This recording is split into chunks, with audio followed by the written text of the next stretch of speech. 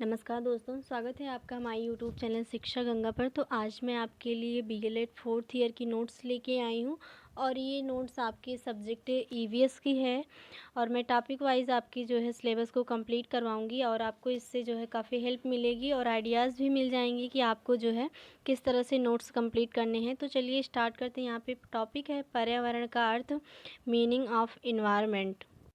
तो दिया गया है पर्यावरण शब्द संस्कृत भाषा के परि उपसर्ग जिसका अर्थ चारों ओर और आवरण से मिलकर बना है, जिसका अर्थ है ऐसी चीज़ों का समुच्चय जो किसी व्यक्ति या जीवधारी को चारों ओर से आवृत किए हुए, यानी कि आपको जो भी चीज़ें चारों ओर से घेरे हुए हैं वो जो है हमारे पर्यावरण के अंतर्गत आती हैं। इसके बाद है पारिस्थितिकी और भूगोल में यह शब्द अंग्रेजी के इन्वायरमेंट के पर्याय के रूप में इस्तेमाल होता है। इन्वायरमेंट शब्द की उत्पत्ति फ्रेंच भाषा के इन्वायरनर से हुई है, जिसका अर्थ होता है नेबरहुड अर्थात आस पड़ोस। इसके बाद है पर्यावरण या वातावरण का शाब्दिक अर्थ होता है हमारे आस पड़ोस जो कुछ भी हैं, जैसे स्थल, जल, वायु, समस्त प्राकृतिक दशाएं, पर्वत, मैदान इत्यादि जो हमें प्रत्यक्ष या अप्रत्यक्ष रूप से प्रभावित करता है, वो सब हमारे पर्यावरण के अंतर्गत आती हैं। इसके बाद अन्य शब्दों में कहा जा सकता है कि मानव जीवन एवं उसके विकास को प्रभावित करने वाली समस्त बाहरी परिस्थितियों का समूह ही पर्यावरण है।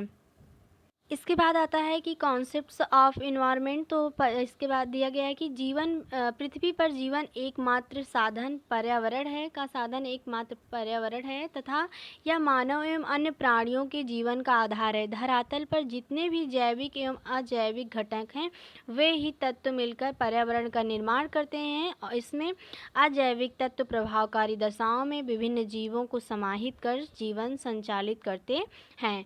अजैविक तत्वों स्थल, वायु, जल, मिट्टी इत्यादि जीव मंडल के विभिन्न जीवों को आधार प्रदान करते हैं। इस प्रकार प्रकृति में जो कुछ भी विद्यमान है, सभी सम्मिलित रूप में पर्यावरण की रचना करते हैं। आगे दिया गया है पर्यावरण जीवों की क्रियाओं को प्रभावित करने वाला समस्त भौतिक तथा जैविक परिस्थितियों का योग है, जिसमें एक जीव को अपनी जीवन प्रक्रिया को जीवित बनाए रखना पड़ता है। यह जीवित रूपों से वृद्धि और विकास को प्रभावित करता है। दूसरे शब्दों में कहा जा सकता है कि जीव मंडल ही पर्यावरण है, जो जल मंडल, स्थल मंडल और वायुमंडल के जीवनयुक्त भागों का योग है।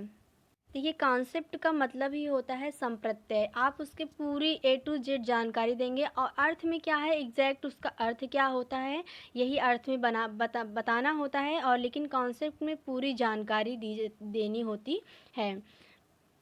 इसके बाद आता है परिभाषा, जो पर्यावरण के संबंध में विभिन्न वैज्ञानिकों ने दिए हुए हैं परिभाषाएं, पर्यावरणविदों ने दिए हैं। इस पहले हैं तो फिटिंग के अनुसार मनुष्य एक विशेष स्थान पर विशेष समय जिन संपूर्ण परिस्थितियों से घिरा हुआ है, उसे पर्यावरण कहते हैं।